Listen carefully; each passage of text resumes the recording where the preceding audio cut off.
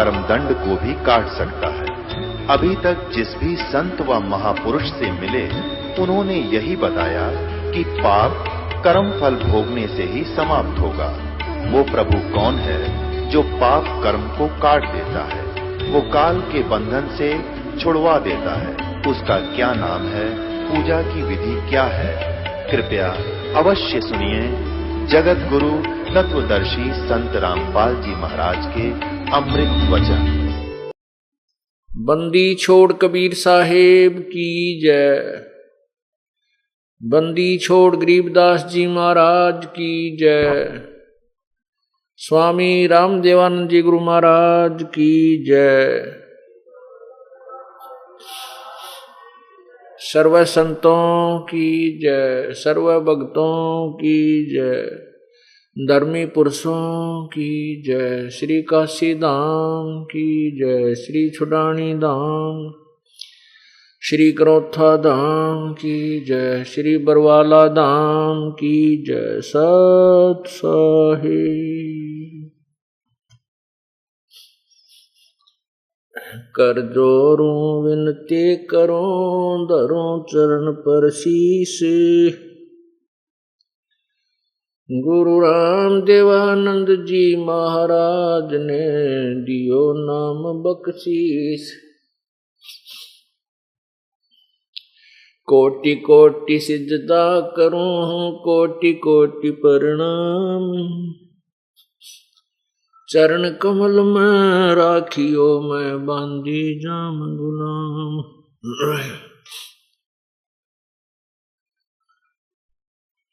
गुरु जी तुम ना भूलियो,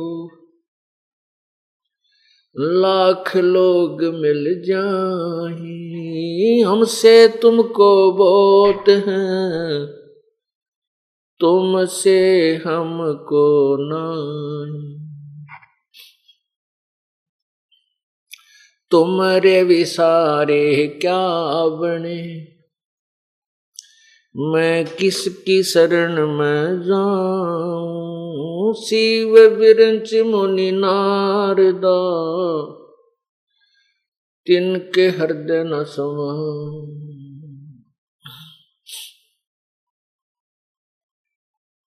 अवगुण किए तो बहुत किए, करत न मनिहारे। बावे बंदा बख्श दियो, बावे गर्दन उतारी। अवगुण मेरे बाप जी, बख्शो गरीब निवाज।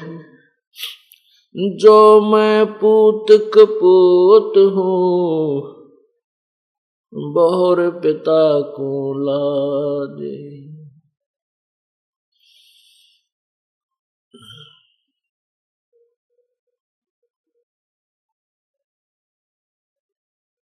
गुरु बड़े गोविंद से, मन में देख विचार। हरि सुमरे सोवार हैं, गुरु सुमरे होए पार।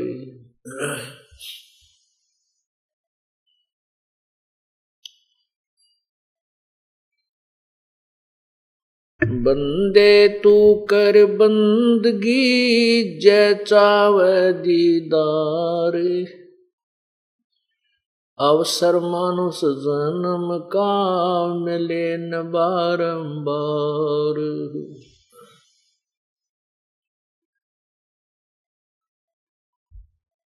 मानुष जन्म पाकर, नहीं रटे हरि नाम। जैसे कुआ जल बिना, बनवायो किस काम।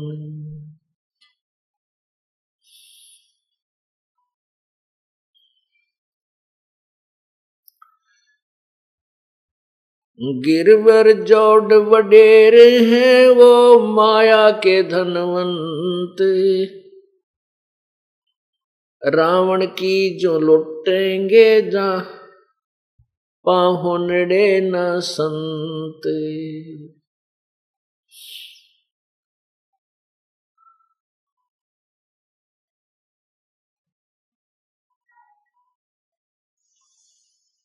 कबीर सब जग निर्धना, धनवंता न कोई। धनवंता सो जानियो, जिस पे राम नाम धन होए।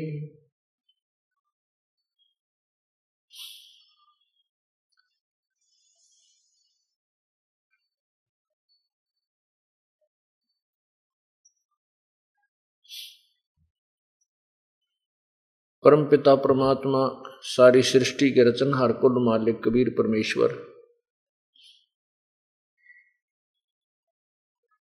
सतलोक से चल कर के इस काल के लोक में आते हैं, जहां पर हम सब प्राणी एक कारागार की तरह बंद हैं। हम सभी काल की जेल में हैं और यहां पर हमें कोई सुख नहीं है। परमात्मा क्या कहते हैं? झूठे सुख को सुख कहे, ये मान रहा मन मोद। ये सकल चबीना काल का, कुछ मुख में कुछ गोद। बेटा जाया खुशी हुई, बहुत बजाए थाल। ये तो आवन जावन लगा हुआ है, जो कीड़ी का नाल।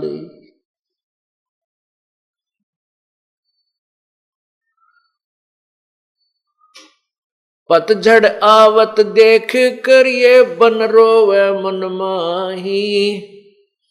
जो ऊंची टहनी पात थे, अब पीले हो जाही।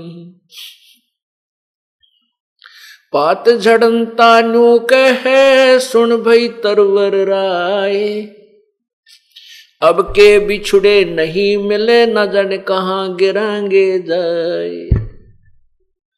तरवर कहता पात से, सुनो पात एक बात। यहाँ की यह रीति है, एक आवे एक जात। परमात्मा ने, कबीर भगवान ने, कबीर परमेश्वर ने, कबीर परम अक्षर ब्रह्म ने स्वयं आकर के इस काल के जाल को समझाया है। इस काल के जाल को ना ब्रह्मा जी समझ सके, ना विष्णु जी समझ सके, ना शिव जी समझ सके, और तो समझेंगे कौन? जिनको हम ऋषि महर्षि कहते हैं, वो तो बहुत बाल बुद्धि के व्यक्ति थे। तत्व ज्ञान से ब्रह्मा विष्णु महेश भी अपरिचित हैं, तो ब्रह्मा, ये जितने भी ऋषि महर्षि थे, ये ब्रह्मा विष्णु महेश जी तक ही सीमित थे। ये हट करके फिर एक निराकार ब्रह्म को भी साथ की साथ पैरेलल समझा करते थे। कोई ऐसी गुप्त शक्ति है जो प्रत्यक्ष नहीं होती और सब कार्य कर रही है, तो उसको वो पूर्ण निर्णायक तरीके से नहीं समझ सके। इस काल के जाल को आकर के परमात्मा समझाते हैं। क्या बताते हैं? कि काल को, इस ब्रह्म को, जो ब्रह्मा विष्णु महेश जी के पूज्य पिताजी हैं, ज्योति निरंजन को श्राप लगा हुआ है 1 लाख मानव शरीरधारी प्राणियों के खाने का। जीव नहीं मरता, लेकिन उस जीव के ऊपर जो ये कवर चढ़ा रखा है, ये खोल चढ़ा दिया 5 तत्वों का, इसके नीचे एक सूक्ष्म शरीर है। उस सूक्ष्म शरीर के अंदर इस स्थूल शरीर के माध्यम से कुछ ऐसी वासनाएं संचित हो जाती हैं, उसमें डिपॉजिट हो जाती हैं,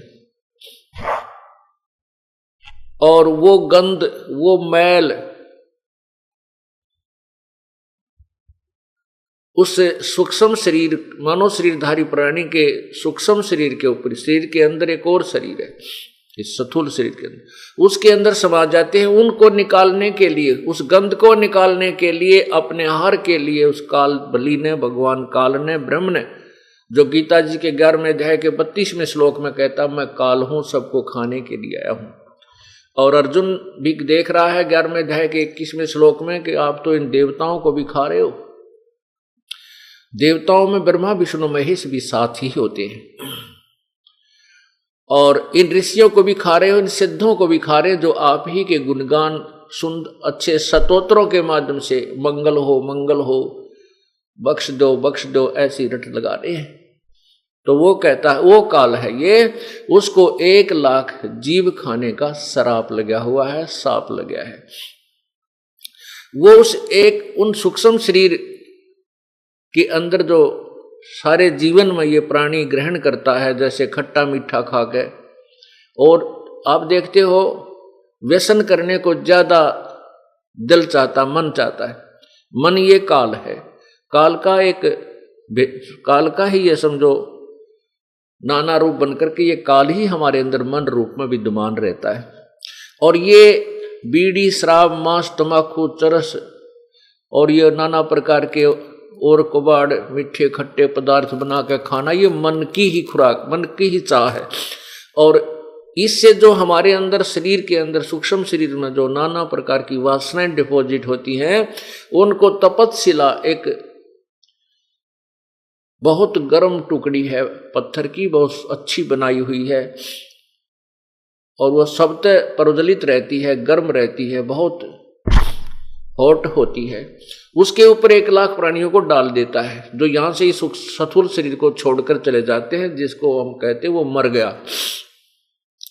और वहां फिर वो उस तपतशिला के ऊपर ऐसे भूनते हैं, ऐसे चटक मटक होते हैं जैसे बुगड़े बुनिया करें, खील भूनते हैं, ऐसे वो प्राणी वहां उछल उछल के गिरते हैं, फिर ऊपर फिर गिरते हैं, फिर उथल पुथल के पूरा गंध निकाल लेता है। फिर ये अचेत हो जाते हैं प्राणी उस पीड़ा के कारण। उस कुछ समय के उपरांत, उसका सीमित समय है, उसके बाद वो वहां से ऊपर आकाश में उड़ा दिए जाते हैं। रास्ते में ये फिर कुछ होश में आ जाते हैं, और फिर धर्मराज के पास जाकर के अपने भविष्य के बारे में जानकारी प्राप्त करते हैं कि अब मुझे कहाँ जाना है, गधा बनना है, कुत्ता बनना है, सूअर बनना है, या कहीं मनुष्य का शरीर भी अभी शेष रहता है। तो ये कहते हैं इस काल ने एक सुनियोजित जाल बना रखा है। इसको पूर्ण परमात्मा कबीर बंदी छोड़ने आके समझाया है। क्या बताते हैं कि बेटा जाया खुशी हुई, बहुत बजाए थाल, ये तो आवन जावन लगा हुआ है, जो कीड़ी का नाल। चींटियों का आपने देखा होगा, लाइन लग जाती है, उसमें हजारों, कई हजारों की संख्या में इधर भाग रही हैं, कई हजारों की संख्या में वापस आ रही हैं। परमात्मा अपनी अमृतवाणी के माध्यम से हमें ये समझाते हैं कि यहाँ इन प्राणियों का आना और जाना, यानी मृत्यु और जीवन, इस कीड़ी के नाल की तरह प्रतिदिन जारी रहता है, चलता रहता है। अब यहां हम खुशी मनाते हैं कि पुत्र हो गया। पुत्र के होने पर थाली बजाई जाती है, और पुत्री हो जाती है तो नाक चढ़ाई जाती है। ये हमारा एक ऐसा रूढ़िवादिता बना दी नकली गुरुओं ने। कहते हैं पुत्र के बिना मोक्ष नहीं होता, पुत्र के बगैर मुक्ति नहीं होती। क्यों? कहते फिर वो श्राद्ध निकाल लगा ना बेटा, फिर श्राद्धों से मुक्ति बताते ये, अंतिम संस्कार करेगा बेटा, बुढ़ा करेगा। इस तरह की नकली सांग में, नकली एक व्यर्थ की साधना और रीति रिवाजों में इस मानव को भ्रमित कर दिया इन नकली गुरुओं ने। जबकि लड़के और लड़की में कोई अंतर नहीं होना चाहिए। और जब हमें यह ज्ञान हो जाएगा अध्यात्म ज्ञान के होने के पश्चात, तो हम फिर कुछ और ही विचार करते हैं। अब क्या बता रहे हैं कि पुत्र उत्पन्न हुआ तो खुशी मनाई, और राजा लोग तो बैंड बाजे बजा करके अपनी खुशी प्रकट करते हैं, और गरीब आदमी जनता, साधारण जनता बेटा उन पे एक थाली लेके और उसको डंडों के साथ टनाटन करती है, खुशी मनाती है बड़ी जोर की। तो परमात्मा ये बताना चाहते हैं, यहां क्या की खुशी मना रहे हो? आज पुत्र हुआ, 5 वर्ष का होकर एक्सीडेंट में मृत्यु को प्राप्त हुआ। ओए होए होए। बेटा उत्पन्न हुआ, पिताजी की मृत्यु होगी, किसी की बेटी मर गई, किसी की पत्नी की मृत्यु हो गई, हाहाकार मचा हुआ है। तो यहां परमात्मा हमें याद दिलाना चाहते हैं ये क्या कि किस उद्देश्य से, किस आधार से तुम खुशी मना रहे हो? इसलिए मना रहे हो क्योंकि तो आपको इसके एंड का ज्ञान नहीं, इससे सारे जो घटनाक्रम के अंत का तुझे ज्ञान नहीं। मौत बिसारी बावड़े, अचरज किया कौने, तन माटी में मिलेगा जो आटे में नूने।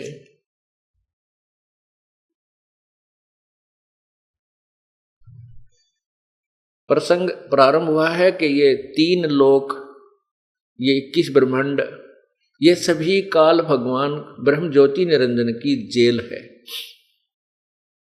इस कारागार में हम बंद हैं, इससे बाहर हम नहीं जा सकते। ये खुली जेल है, ओपन जेल है। इसमें काफी अच्छी व्यवस्था इसने की हुई है और इसको हम अपना घर मान बैठे हैं। हमारा ये घर नहीं है। इसको समझाने के लिए परमात्मा हमें क्या बताते हैं कि यहां पर तो जन्म और मृत्यु सदा बनी रहेगी। जैसे पवित्र गीता जी अध्याय नंबर 2 के श्लोक 12 में गीता ज्ञान दाता स्वयं कहता है कि अर्जुन, तेरे ये नहीं है कि तू, मैं और ये सामने सैनिक खड़े हैं जो युद्ध के लिए तैयार हैं, ये ना जान के हम अभी वर्तमान में ही सब हैं, उत्पन्न है। नहीं, हम पहले भी थे, आप और हम पहले भी थे और आगे भी रहेंगे। गीता जी के अध्याय नंबर 4 के श्लोक 5 में कहा है गीता ज्ञानदाता ने कि अर्जुन, तेरे और मेरे बहुत जन्म हो चुके हैं, तू नहीं जानता, मैं जानता हूं। गीता जी के अध्याय नंबर 4 के श्लोक 9 में फिर कहा है,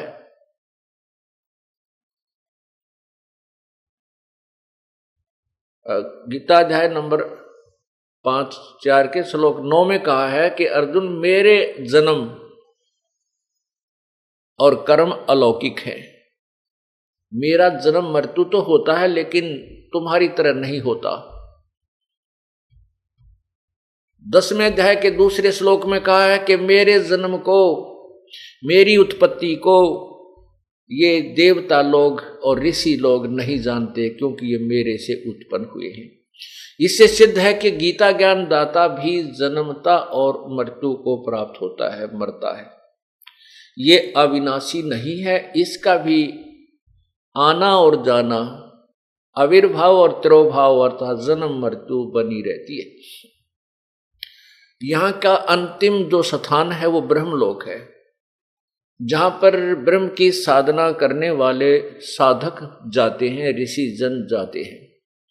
गीता जी के अध्याय नंबर 8 के श्लोक 16 में स्पष्ट किया है कि ब्रह्मलोक पर्यंत, ब्रह्मलोक तक भी ये सभी लोग नाशवान हैं। इनमें भी गए हुए प्राणियों की जन्म मृत्यु होती है। अपने पुण्यों को समाप्त करके वहां ऊपर के लोकों में ये फिर पुण्य मृत्यु को प्राप्त होकर इस मृतलोक में आते हैं। नाना प्रकार की प्राणियों की योनियों में कष्ट भी उठाते हैं। इसलिए गीता ज्ञान दाता ने कहा कि यदि तुझे पूर्ण मोक्ष चाहिए तो तत्वदर्शी संतों की खोज कर, उसके पश्चात जैसे वो संत बताएं उसी प्रकार अपना भक्ति कर्म करके जन्म मृत्यु से छुटकारा पाइए।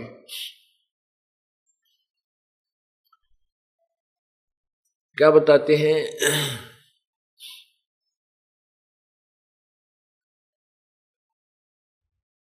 पतझड़ आवत देख कर बन रोवे मन माही, जो ऊंची टहनी डा पात थे इब पीले हो जाही। जैसे बसंत ऋतु प्रारंभ होते ही पिछले वर्ष के जो पत्ते लगे हुए थे वो पीले होकर के टूट टूट कर गिर रहे होते हैं, और उनके साथ ही तुरंत बहुत अच्छी कोपल फूट रही होती हैं। कुछ दिनों में वो पत्तों का रूप धारण कर लेती हैं, और एक वर्ष वो भी फिर अपनी मस्ती में हवा के झोंके आते हैं जब फटफट फटफट करके मस्ती मार करके, और फिर वो नेक्स्ट बसंत में वो फिर टूट टूट कर गिरने लग जाते हैं,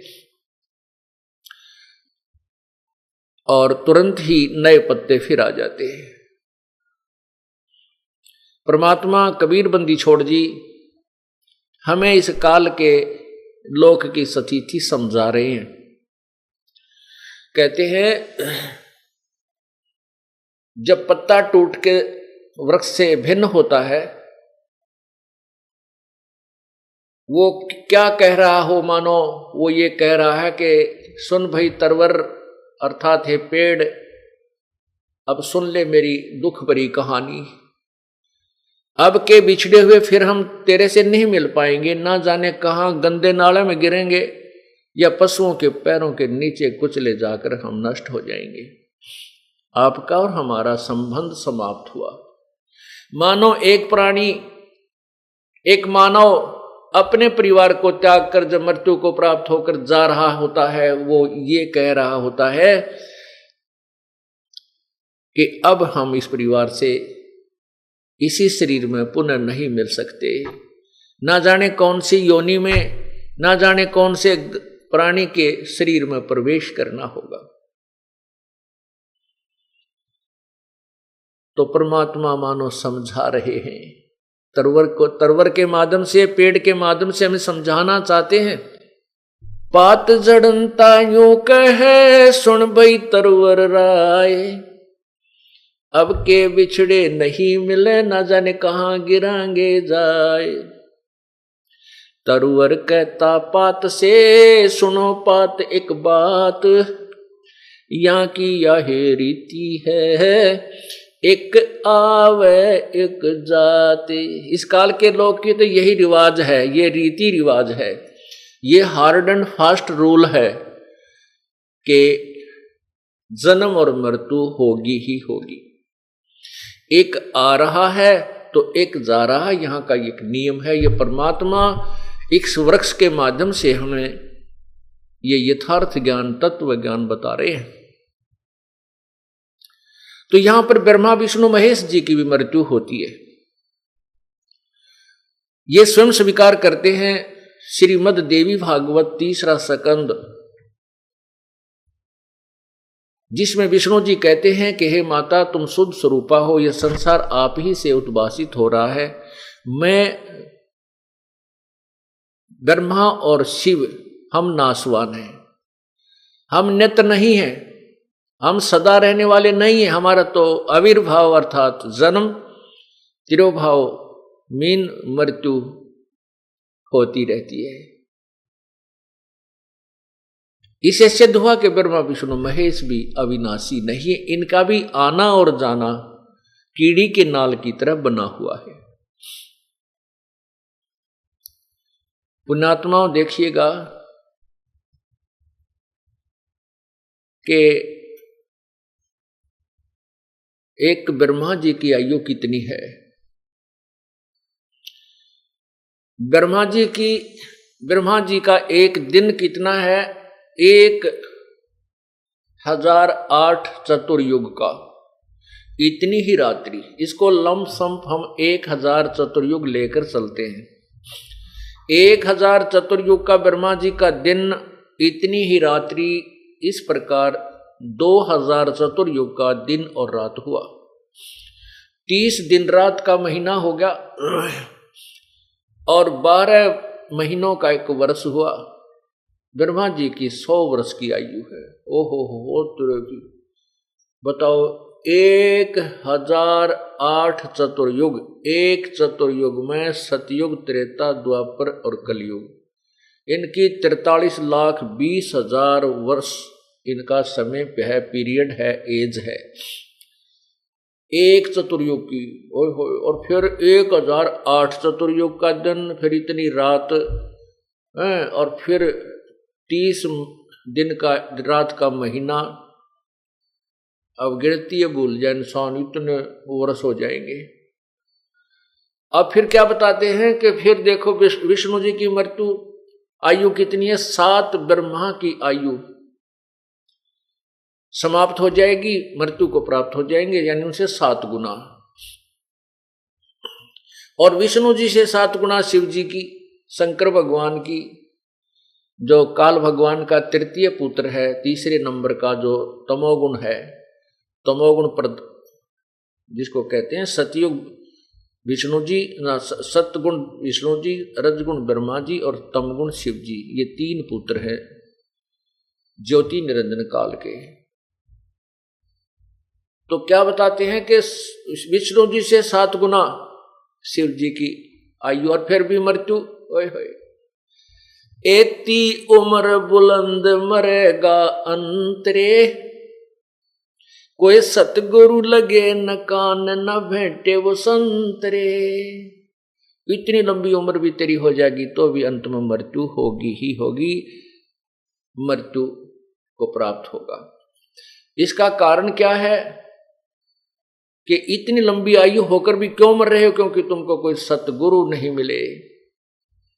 सतगुरु मिले तो इच्छा मेटे, पल पद मिल पदे समाना, चल हंसा उस लोक पठाऊं जो आदि अमर अस्थाना। 4 मुक्ति जा चंपी करती माया होरी दासी, दास गरीब अभय पद पर से वो मिले राम अविनाशी। ब्रह्मा विष्णु महेश की मृत्यु और इनके पिता काल ब्रह्म की मृत्यु सुन कहता है कि मेरे भी जन्म मृत्यु होती है, लेकिन मेरे और जन्म अलौकिक हैं। वो अलौकिक कैसे हैं, वो एक अलग कहानी है, लंबा विस्तृत ज्ञान वो अलग से बनता है, इसका बहुत गहन विषय है ये।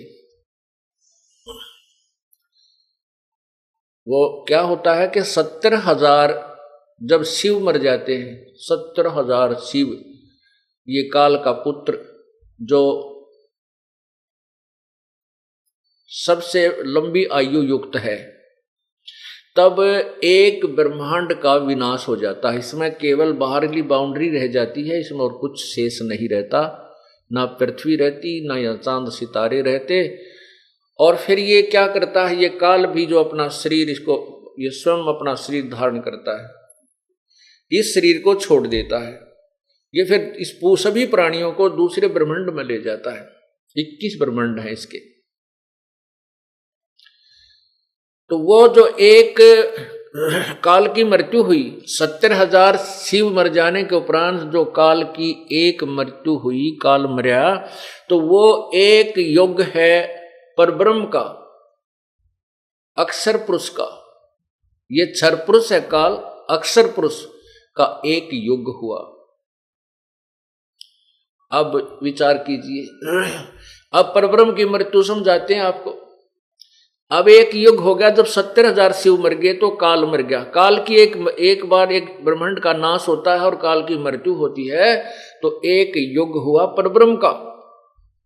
ऐसे ऐसे 1000 युग की परब्रह्म का दिन है, इतनी ही रात्रि है। और ऐसे ही फिर 1000 युग का दिन, 1000 युग की रात्रि। नोट चतुर्युग, ये ध्यान रखना। इसमें चतुर्युग नहीं है, इसमें केवल युग है। जो गीता जी के अध्याय नंबर 8 के 17 में लिखा है कि जो ब्रह्मण यानी परब्रह्म का एक दिन 1000 युग का है, इतनी ही रात्रि होती है। और उसी रात्रि के समय ये सब ब्रह्म कि 21 ब्रह्मांडों का सभी प्राणी नष्ट हो जाते हैं और इनको फिर परब्रह्म के लोक में रख दिया जाता है। तो वो 1000 युग का परब्रह्म का दिन, इतनी ही रात्रि।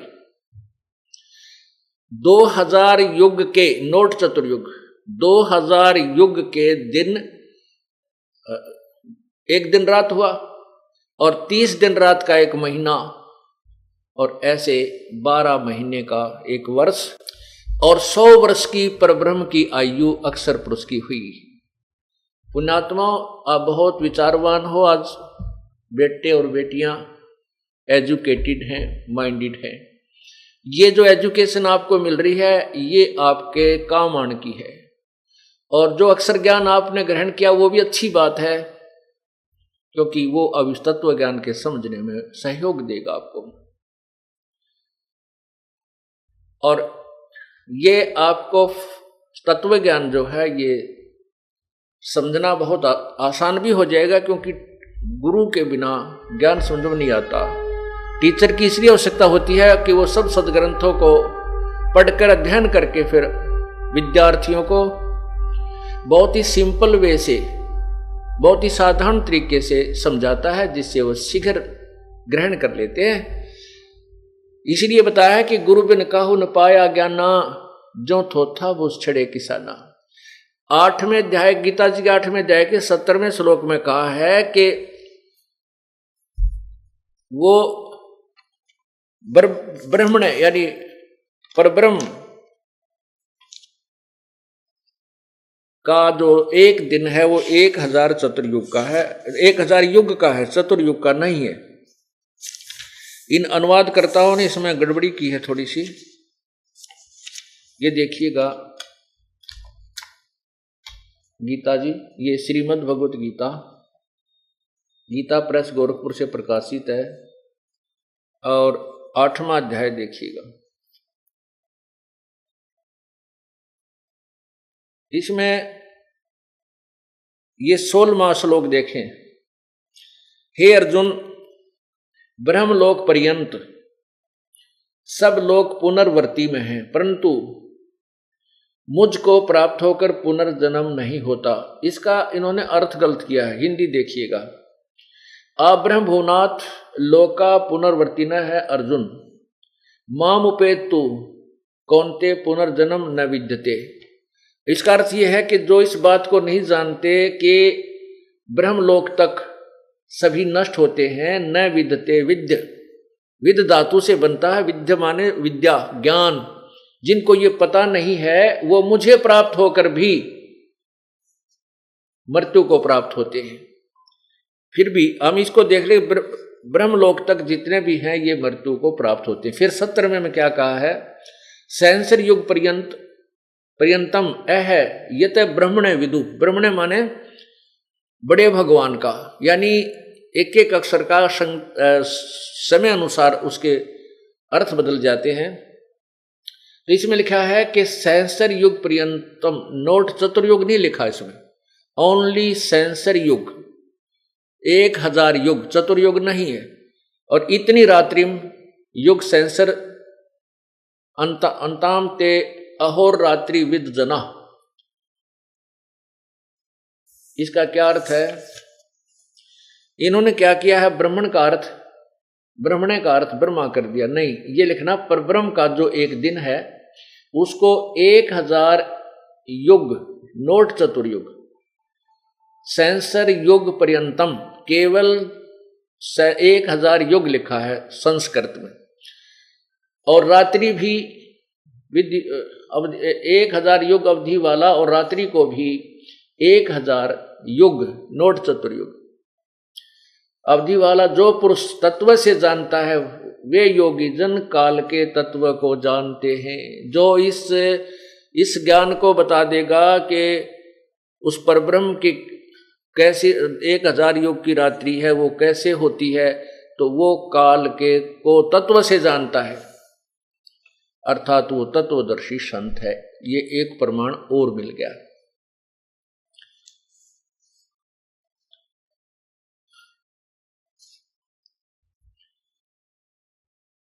अब देखो क्लियर हुई कहानी। ये कंसेप्ट तो क्लियर हो गया कि ब्रह्मा और विष्णु महेश ये भी नासवान है, इनकी जन्म मृत्यु होती है। और इनके पूज्य पिताजी ब्रह्म अर्थात ज्योति निरंजन, ये भी जन्म मृत्यु के अंदर है, इसकी भी मृत्यु होती है।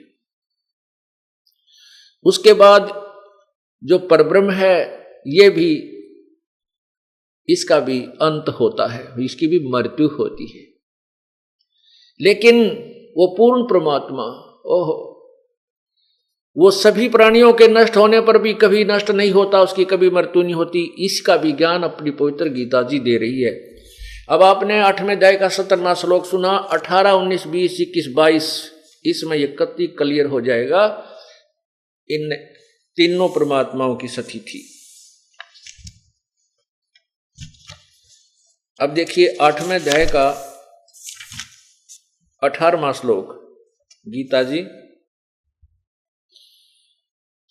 अध्याय नंबर 8, और यहां देखिएगा श्लोक 18, 17 आपने पढ़ लिया। संपूर्ण चराचर भूतगण ब्रह्मा के दिन के प्रवेश काल में, ये ब्रह्मा नहीं, ये वो परब्रह्म प्रवेश काल में अव्यक्त से अर्थात परब्रह्म के सूक्ष्म शरीर से उत्पन्न होते। अव्यक्तात माने वो अव्यक्त जो दिखाई नहीं देता उत्पन्न होते हैं। और ये ब्रह्मा नहीं, ये परब्रह्म अक्षर पुरुष की रात्रि के प्रवेश काल में उस अव्यक्त नामक परब्रह्म के सूक्ष्म शरीर में ही लीन हो जाते हैं। आगे देखिए अब क्या बताया है, वे और वही यह भूत समुदाय यानी प्राणी उत्पन्न होकर प्रकृति के वश हुआ, रात्रि के प्रवेश काल में लीन होता है, दिन के प्रवेश काल में उत्पन्न होता है। अर्थात ऐसे जन्म मृत्यु का क्रम चलता है। अब 20 में देखो क्लियर कर दिया। परंतु उस अव्यक्त यानी परब्रह्म से भी उस अव्यक्त से भी अति परे जो दूसरा विलक्षण जो सनातन अव्यक्त भाव है, वह परम दिव्य पुरुष, ओह, सब भूतों के नष्ट होने पर भी नष्ट नहीं होता। वो तीसरा जो पूर्ण परमात्मा है उसके विषय में बताया है। एक अव्यक्त तो गीता ज्ञान दाता स्वयं के लिए कह रहा है 7वें अध्याय के 24वें श्लोक में कि मैं अव्यक्त हूं। अव्यक्त का अर्थ होता है जो वस्तु विद्यमान हो और हमें दिखाई ना दे। जैसे बादल सूर्य के सामने छा जाते हैं तो उस समय सूर्य अव्यक्त होता है, अदृश्य होता है, लेकिन उसकी स्थिति बरकरार रहती है, वो साकार रूप में बादलों से परे चमक रहा होता है। ऐसे ही ये ब्रह्म भी अव्यक्त है, ये किसी के सामने नहीं आता, वो जो के त्यों स्वरूप में ब्रह्मलोक के ऊपरले हिस्से में एक ब्रह्मांड में ये गुप्त रहता है, ये भी अव्यक्त कहलाता है। उसके बाद दूसरा अव्यक्त ये आपने सुना कि ब्रह्म ये अक्षर पुरुष है यानी परब्रह्म है, जिसके अंदर ये सभी प्राणी जो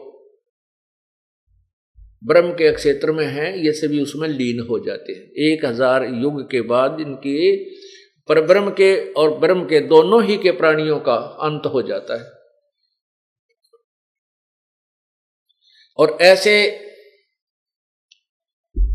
उस अव्यक्त यानी परब्रह्म के दिन के समय तो ये सभी साजबाज सृष्टि बनी रहती है, जब उसकी रात होती है सब नष्ट होकर के उसमें इकट्ठे करके रख दिए जाते हैं।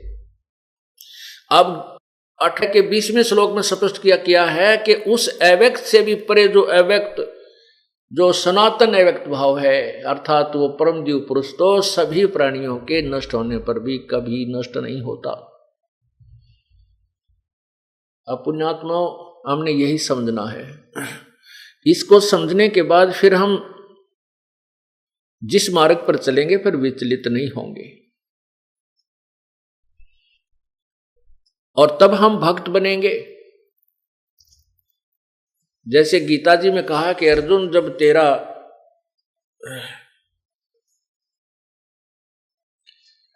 नाना प्रकार के भ्रमित करने वाले विचारों से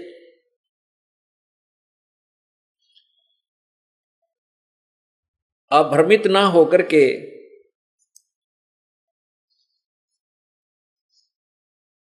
और एक तत्व ज्ञान पर आधारित हो जाओगे तब तो तू योगी बनेगा, तब तो तू भक्त बनेगा। ये देखिएगा गीता अध्याय नंबर 2 के श्लोक 53 में स्पष्ट किया है कि अर्जुन, जब तेरा मन नाना प्रकार के भ्रमित करने वाले विचारों से हटकर एक तत्व ज्ञान पर तो आश्रित हो जाएगा, तब तू योगी होगा, तब तो भक्ति करने के योग्य बनेगा, तू भक्त बनेगा। अब आप भक्ति अवश्य कर रहे हो, लेकिन यथार्थ ज्ञान ना होने से, साधना शास्त्रानुकूल ना होने से आप भक्त नहीं हो, भक्ति करते हुए भी भक्त नहीं हो। अब देखिएगा वही गीता जी, श्रीमद् भगवत गीता अध्याय नंबर 2 और श्लोक नंबर 53 देखिएगा, 53। इसमें क्या है कि भांति भांति के वचनों को सुनने से विचलित हुई तेरी बुद्धि जब परमात्मा में अचल स्थिर ठहर जाएगी, तब योग को प्राप्त हो जाएगा, अर्थात तेरा परमात्मा से नित्य संयोग हो जाएगा। योगम यानी,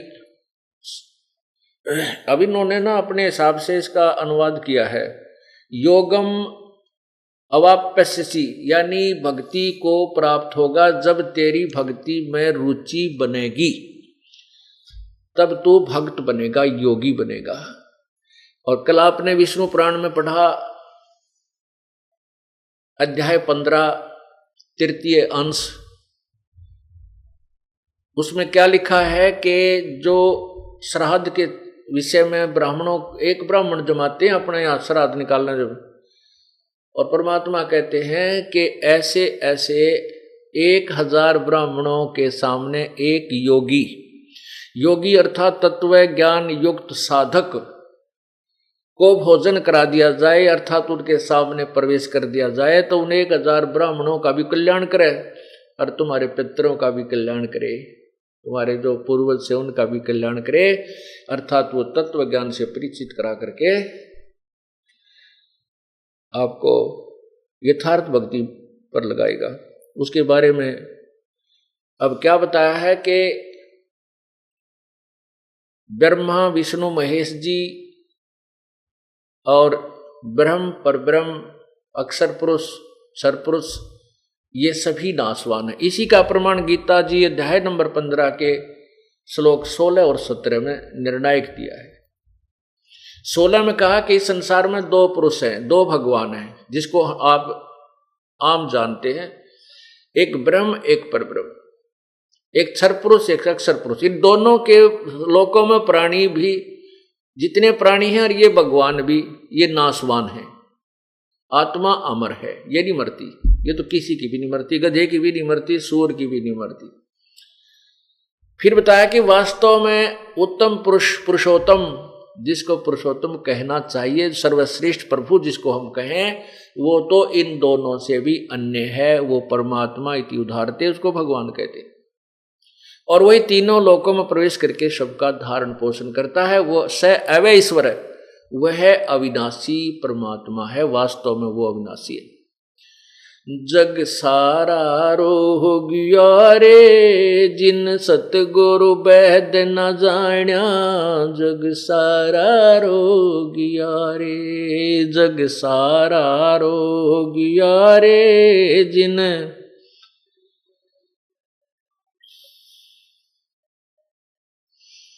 भाई जन्म मरण का रोग लगा है, तृष्णा बडरी खांसी रे, जन्म मरण का रोग लगा है, तृष्णा बडरी खांसी। आवागवन की डोर गले में पड़ी काल की फांसी, जग सारा रोग गया रे, जिन सतगुरु वैद न जाण्या, जग सारा रोग गया रे, जिन सतगुरु वैद न जाण्या, जग। भाई देखा देखी गुरु शिष्य बन गे, किया न तत्व विचारा रे, देखा देखी गुरु शिष्य बन गे, किया न तत्व विचारा। गुरु शेष दोनों के सिर पे युकाल ठोके पंजारा। जग सारा रोग रे जिन सतगुरु वेद न जाण्या। जग सारा रोग रे जिन सतगुरु वेद न जाण्या। भाई अंधे की बाँ भाई सच्चा सतगुरु कोई है न पूजे। ये झूठों जगपतियासी। सच्चा सतगुरु कोई न पूजे झूठों जगपतियासी। अंधे की बाँ गही अंधे नय मार्ग कौन बतासी। जग सारा रोग रे जिन सतगुरु वेद न जाण्या। जग सारा रोग रे जग सारा रोग रे जिन जग सारा रोग रे। भाई सार शब्द सर जीवन बूटी। गस गस अंग लगावे। सार शब्द सर जीवन बूटी। गस गस अंग लगावे। कहे कबीर तुम सत कर मानो ये जन्म मरण मिट जावे। जग सारा रोग रे जिन सतगुरु वेद न जाण्या। जग सारा रोग रे जग सारा रोग रे।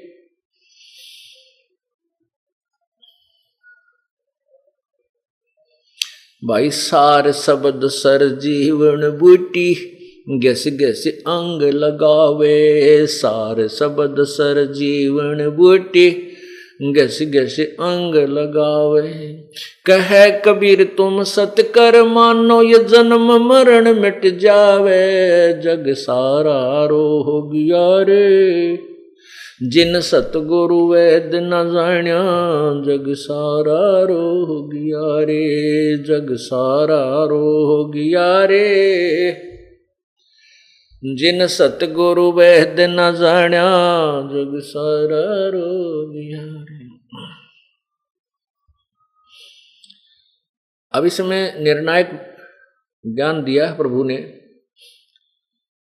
कि जन्म मृत्यु का रोग लगा और ये तृष्णा बढ़ रही खांसी। आने जाने की जन्म और मृत्यु का आवन जावन की डोर गले में पड़ी काल की फांसी। काल ने हमारे फांसी डाल रखी है। हम इस कैद में फिट कर रखे हैं, बंद कर रखे हैं और ये कर्मों के बंधन में हमें बांध रखा है। कर्मों की बेड़ी लगा रखी है और इस कर्म के आधार से हमारा एक सृष्टि कर्म चक्र इन्हें निर्धारित कर दिया है। अपना एक संविधान बना रखा है। परमात्मा के विधान अनुसार ये प्राणी जन्मता और मृत्यु को प्राप्त होता रहता है। जैसे ऑटोमेटिक सिस्टम इसने बना रखा है। प्रत्येक प्राणी के अंतःकरण के अंदर ये सभी आपके पुण्य और पाप कोड वर्डों में डिपॉजिट होते हैं और इनकी एक फाइल प्रभु के दरबार में प्रत्येक प्राणी की होती है। परमात्मा के कंप्यूटर में भी सबके संस्कार डिपॉजिट होते हैं और वहां से फिर प्रभु के ऑटोमेटिक सिस्टम तक वो बीच में अपने सिर में दर्द नहीं करता। भगवान जैसे कर्म करेगा वैसे ही फल उसने निर्धारित किए हैं। उसके आधार पर ऑटोमेटिक ही अपने नष्ट शरीरों में जाता है। धर्मराज के दरबार में भी जाता है, नरक में भी जाता है, अन्य प्राणियों के शरीरों में भी जाएगा ही जाएगा। जब तक, कब तक? जब तक इन कर्मों को डिस्टर्ब करने वाला, इन कर्मों को चेंज करने वाला, परिवर्तित करने वाला पूर्ण परमात्मा का नुमाइंदा संत नहीं मिलेगा। मासा घटे न तिल बध है, विद न लिखे जो लेख, सच्चा सतगुरु मेट कर ऊपर मारे मेख। अब तो इस प्रकार ये अपने कर्म और संस्कार को प्राणी भोगता रहता है। जब परमात्मा आते हैं, परमात्मा आते हैं या फिर अपने दास को फिर भेजते हैं अपनी कुछ आंशिक शक्ति दे करके, उसमें इन संस्कारों को चेंज किया जाता है, बदला जाता है, उसकी विधि बताई जाती है। फिर आपको वो तरीका बताया जाता है कि आप इन संस्कारों को ऐसे कीजिए, ये ऐसी साधना कीजिए, जिससे फिर आपके अंतःकरण में जो डिफेक्टिव कर्म थे वह सारे समाप्त होने लग जाएंगे और ये गुड कर्म ये आपके हृदय में जमा होने लग जाएंगे। फिर इसके आधार से आगे हमें सब क्रिया होगी, हमारे शुभ ज़्यादा हो जाएंगे, हमारी भक्ति अधिक हो जाएगी तो हम सतलोक चले जाएंगे। ऑटोमेटिक सिस्टम है, वहाँ तभी जाएंगे जब हम ऋण मुक्त हो जाएंगे, हमारे पुण्य अधिक बढ़ जाएंगे और पाप क्षीण हो जाएंगे, समाप्त हो जाएंगे, नष्ट हो जाएंगे। कुछ ऐसे कर्म होते हैं जिनके प्रतिफल में हमने अपनी भक्ति ही देनी होती है, उसका और कोई तरीका नहीं होता नष्ट करने का। तो वो भक्ति हम अपने जो सतनाम में प्रथम मंत्र है वो ब्रह्म को दे देंगे, ये हमारे को यहाँ से जाने देगा। हम ब्रह्मलोक में नहीं जाएंगे, हम ब्रह्म की साधना करके ओम नाम के जाप के आधार पर और यज्ञ करके हम ब्रह्मलोक में चले जाते थे, जो यहाँ का एक ब्रह्मांड का सुप्रीम होटल है, सबसे बड़ा रेस्टोरेंट है, जहाँ पर सारी बकवाद अन्य लोगों से अधिक है। जैसे कहीं बताऊँ 5 स्टार होटल है, उसमें सारी बकवादे हैं, ज़्यादा महंगा है, एक रात में 10,000 रुपये खर्च हो जाते हैं, एक दिन रुक जाता है। तो वहाँ तो वह जाएंगे जिनके पास धन गणा होगा, जिसने 2 रुपया की दाल की रोटी खानी है वो 5 स्टार में कैसे जा सकता है, उसके पास ब्योंत को नहीं जाने का। तो फिर वो 5 स्टार वाला भी व्यर्थ है, क्योंकि उसकी पूंजी, उसकी जेब वहाँ समाप्त होती है और वो अपने धन से ही वहाँ लाभ ले सकता है। ऐसे ही 21 ब्रह्मांड के अंदर प्रत्येक प्राणी अपने ही पुण्यों का प्रतिफल, चाहे वह स्वर्ग में जाए चाहे महास्वर्ग में जाए, वहाँ प्राप्त करता है और अपने पुण्यों के क्षीण होने के उपरांत फिर तुरंत ही इस मृतलोक में आकर के वही फिर प्रोसीजर शुरू हो जाता है जन्म और मृत्यु का। इसलिए गीता जी के अध्याय नंबर 8 श्लोक 16 में कहा है कि ब्रह्मलोक तक भी ये सभी पुनर्वर्ती में है, अर्थात वहां भी जाने वाले वापस आते हैं लौटकर। केवल एक स्थान है सतलोक। 15वें अध्याय के गीता जी के 15वें अध्याय के श्लोक 4 में कहा कि जब तत्वदर्शी संत मिल जाए, उस तत्व ज्ञान की प्राप्ति के पश्चात तत्व ज्ञान की प्राप्ति के पश्चात और उस संत के द्वारा बताए ज्ञान के आधार से उस पूर्ण परमात्मा के उस परम पद की खोज करनी चाहिए, जहां पर जाने के बाद साधक लौटकर पुनः संसार में नहीं आते। और जिस परमेश्वर से सारे संसार रूपी वृक्ष की अर्थात पूरे ब्रह्मांडों की रचना हुई है, गीता ज्ञानदाता कहता है कि मैं भी उसी की शरण में हूं और उसी की साधना सभी को करनी चाहिए।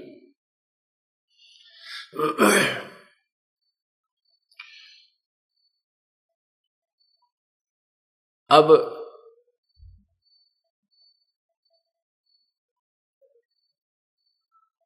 हमने उस परमात्मा के सतलोक में जाना है, सतलोक की प्राप्ति करनी है, जहां जाने के बाद फिर जन्म मृत्यु फॉरएवर सदा के लिए समाप्त हो जाएगी। उसका तरीका यही है कि ब्रह्म तक के जो ब्रह्मा विष्णु महेश की जो हम आपको प्रथम साधना बताते हैं, दुर्गा की, गणेश जी की, ये तो हमारे यहाँ के जो संसारिक, जब तक हमने यहाँ रहना है पृथ्वी लोक में, इस ब्रह्मांड 21 ब्रह्मांडों में, तो यहाँ हमें इन जाप की कमाई से यहाँ कुछ सुविधाएं मिलेंगी। फिर हम ब्रह्म को दे देंगे अपना जो ओम नाम के जाप की कमाई, हम ब्रह्मलोक में नहीं जाएंगे, वहाँ भी मृत्यु को प्राप्त होते हैं। अपने ही जेब, अपने पुण्यों को हम समाप्त करते, नष्ट करते थे। जो गीता जी अध्याय नंबर 18 के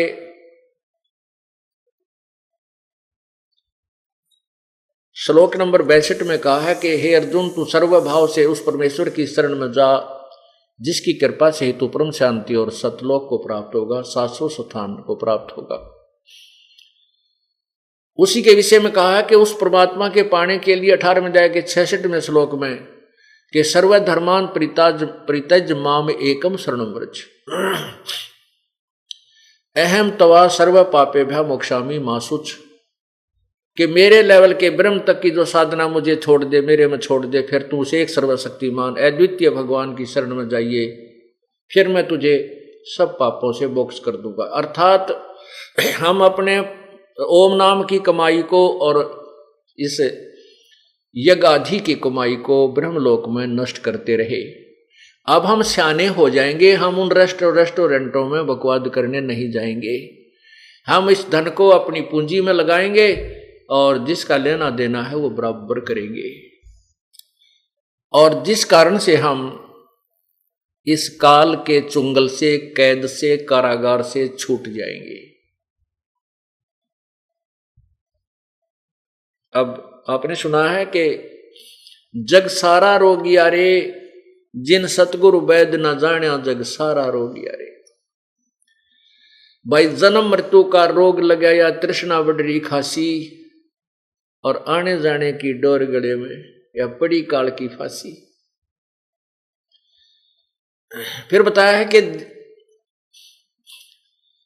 सच्चा सतगुरु कोई ना पूजे, इन झूठों जगपति ऐसी। ओए होए, परमात्मा स्वयं आए थे, चारों युगों में आए हैं प्रभु पूर्ण परमात्मा, लेकिन इन नकली ऋषियों, महर्षियों और अज्ञानी लोगों ने हमारे को परमात्मा नहीं पहचानने दिया। अपनी दंत कथा बनाकर प्रभु की कुछ और ही थ्योरी बना दी। परमात्मा निराकार है, वो दिखाई नहीं देता, वो इन द मैन फॉर्म नहीं आता, वो मनुष्य शरीर में कभी नहीं आता। देखो सदग्रंथों में ये भी लिखा है कि जो यहाँ का भगवान है, ये काल प्रभु ने कसम खाई है कि मैं अपने यथार्थ रूप में, काल रूप में किसी को दर्शन नहीं दूंगा। तो ये क्या करता है कि अपने पुत्रों के रूप में, कभी ब्रह्मा के रूप में, कभी विष्णु के रूप में, कभी शिव के रूप में प्रकट हो जाता है।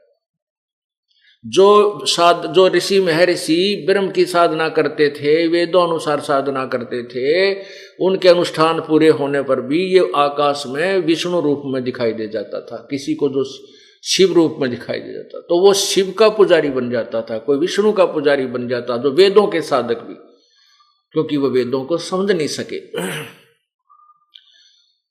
इस प्रकार ब्रह्मा विष्णु महेश की साधना दृढ़ होती चली गई। ये काल चाहता है कि मेरी भक्ति करें, लेकिन इसके एक अपनी जो प्रतिज्ञा आगे अड़ जाती है, ये अपना वास्तविक स्वरूप नहीं दिखा सकता। इसलिए इसने ब्रह्मा विष्णु शिव के रूप माना पड़ता है। इसलिए प्राणी सब ब्रह्मा विष्णु महेश तक ही सीमित रह जाते हैं और इन्हीं की पूजाओं में लगे रहते हैं। फिर ये भी कहता है कि ये बुद्धू इन तीनों गुणों की भक्ति के द्वारा जिनका ज्ञान हरा जा चुका है, ये राक्षस स्वभाव को धारण किए हुए मनुष्यों में नीच दुष्कर्म करने वाले मुझे भी ना भजते। ये फिर बाद में ये भी पछताता है, ये भी चिल्लाता है कि ये मेरी भक्ति भी ना करते, ये ब्रह्मा विष्णु महेश तक ही सीमित हो गए हैं। 7वें अध्याय के 12 से लेकर 15 श्लोक में स्पष्ट किया है। और अपने विषय में गीता ज्ञान दाता 7वें अध्याय के 16 से लेकर 18 तक इन 3 श्लोकों में स्पष्ट करता है कि मेरी भक्ति भी 4 प्रकार के करते हैं। ब्रह्म साधना, एक तो अर्थार्थी माने जो धन कमाने के लिए जो अनुष्ठान करते हैं प्रभु से, वो वेदों के मंत्रों से ही करते हैं, वो अन्य किसी और किताब बुक को सहयोग नहीं लेते। जैसे जय गणेश देवा, इस तरह की जो आरतियां बना रखी ये नहीं वो प्रयोग करते, वो केवल वेदों के ही मंत्रों से अनुष्ठान करते हैं। जैसे उसी के आधार पर इन संतों ने, ऋषियों ने गायत्री मंत्र बना रखा है। ओम भूर्भुवः स्वः तत्सवितुर्वरेण्यं भर्गो देवस्य धीमहि धियो यो न प्रचोदयात्। तो ये लोग केवल वेदों के मंत्रों से ही करते हैं अनुष्ठान, धन कमाने के लिए या आर्थ संकट निवारण के लिए। और तीसरे जिज्ञासु होते हैं जो परमात्मा की महिमा से परिचित होने का प्रयत्न करते हैं, जो ज्ञान ग्रहण करते रहते हैं और बाद में वे स्वयं ही ज्ञानी बनकर वक्ता बन जाते हैं। लेकिन कल्याण नहीं करवाती, वो जिज्ञासु है। ये तीनों के तीनों व्यर्थ बताए। और चौथा जो ज्ञानी है, ज्ञानी का अर्थ है जिसको ये पता लग गया कि भाई मनुष्य जीवन बार बार नहीं मिलता, और मनुष्य जीवन प्राप्त करके यदि हमने आत्म कल्याण नहीं करा तो हम अपना जीवन व्यर्थ कर जाएंगे। फिर उसको ये भी ज्ञान हो जाता है कि वेदों में लिखा कि एक ही परमात्मा जिसकी पूजा करनी चाहिए, जैसे गीता जी में आपने पढ़ा, और गीता ज्ञान दाता भी कहता है मैं भी उसी की शरण में हूं, उसी की पूजा दृढ़ निश्चय से करनी चाहिए, उससे पूर्ण मोक्ष प्राप्त होता है। तो उन ऋषियों ने, ज्ञानियों ने वेदों का निष्कर्ष स्वयं ही निकाला। उनको तत्वदर्शी संत नहीं मिला, क्योंकि उसमें गीता जी के अध्याय नंबर 4 के श्लोक 34 में स्पष्ट किया है कि 34 में स्पष्ट किया है कि तत्वदर्शी संतों की खोज करो, वो तत्व ज्ञान, वास्तविक जो ज्ञान है वो बताएंगे। और 8वें अध्याय के 4थे अध्याय के 32वें श्लोक में स्पष्ट किया है कि जो कोई तो देवताओं को पूजता है, कोई अपने ही आधार से को प्राणायाम आदि करके श्वास उश्वास की क्रिया कोई मोक्ष मानता है, कहते ये नहीं। पूर्ण परमात्मा ने अपने मुखारविंद से अपने मुख्य ज्ञान में, तत्व ज्ञान में नाना प्रकार की बहुत सी विधियां बताई हैं, उनको समझो, उनको सुनो, और वो तत्वदर्शी संत बताएंगे, उनके पास जाइए। ऐसे ही यजुर्वेद के अध्याय नंबर 8 के 40 के श्लोक 10 में स्पष्ट किया है कि कोई तो परमात्मा को साकार कहता है, जन्म लेने वाला, कोई निराकार कहता है, न जन्म लेने वाला। इसके विषय में यथार्थ ज्ञान तो तत्वदर्शी संत बताएंगे, उनसे सुनो। तो उन ऋषियों ने ये श्लोक भी पढ़े, पर यहाँ बुद्धि ना गई, क्योंकि काल कहता है इन सभी जितने मेरे अंतर्गत ऋषि महर्षि हैं, इनकी बुद्धि, इनका बल और बुद्धि मेरे हाथ में है। ये इनको ओपन नहीं होने देता, बुद्धि को बंद रखता है। ये तो कबीर परमात्मा आते हैं, अपनी शक्ति से हमें दृढ़ता के साथ तत्व ज्ञान के ऊपर आश्रित करते हैं। और यजुर्वेद के अध्याय नंबर 40 के श्लोक मंत्र 17 में स्पष्ट किया है, वेद ज्ञान दाता कहता है कि वो परमात्मा तो ऊपर प्रोक्ष है, अव्यक्त है, गुप्त है, और मैं स्वर्ग में हूं, आकाश में। मेरी साधना करता है, मुझे प्राप्त होता है, जो उसकी साधना करता है उसके पास चला जाता है। अब उन ऋषियों ने, जो ज्ञानी आत्मा थी, उनको ये तो हुआ कि उन्होंने निष्कर्ष निकाल लिया कि यजुर्वेद के अध्याय नंबर 40 के मंत्र श्लोक में 15 में लिखा है कि ओम कर्तु शमर, किल्वे शमर और कर्तुम शमर। ओम नाम का जाप काम करते करते सिमरन करो, विशेष कसक के साथ किल्वे सिमरन करो, और अपना परम कर्तव्य समझकर सिमरन करो। अब ओम नाम तो गीता वेद ज्ञान दाता ने अपना बताया है, जैसे गीता जी अध्याय नंबर 8 के श्लोक 13 में कहा कि ओम इति एक अक्षरम ब्रह्म जोहन माम अनुसमरण ये पर्याति तजन देहम सयाति परमाम गतिम, कि मेरा तो ओम नाम है, और जो इसका सिमरन अंतिम श्वास तक करता है, मृत्यु तक, तो मेरे को प्राप्त होता है। फिर गीता जी अध्याय नंबर 17 के श्लोक 23 में स्पष्ट किया है कि उस पूर्ण परमात्मा के पाने का 3 मंत्र का जाप है। ओम तत्सत इति निर्देश है ब्रह्म त्रिविध समर्थ है। इस ओम नाम, ओम और तत्सत, तत्सत ये सांकेतिक है, गुप्त है। ओम और तत् ये सांकेतिक और शब्द है, अक्षर है। इन 2 अक्षर का एक सत्यनाम बनता है। और फिर तीसरा जो सत्य है, सत शब्द है, उसको सार शब्द, सार शब्द कहते हैं। वो सार नाम अलग से दिया जाएगा, वो तीसरा है।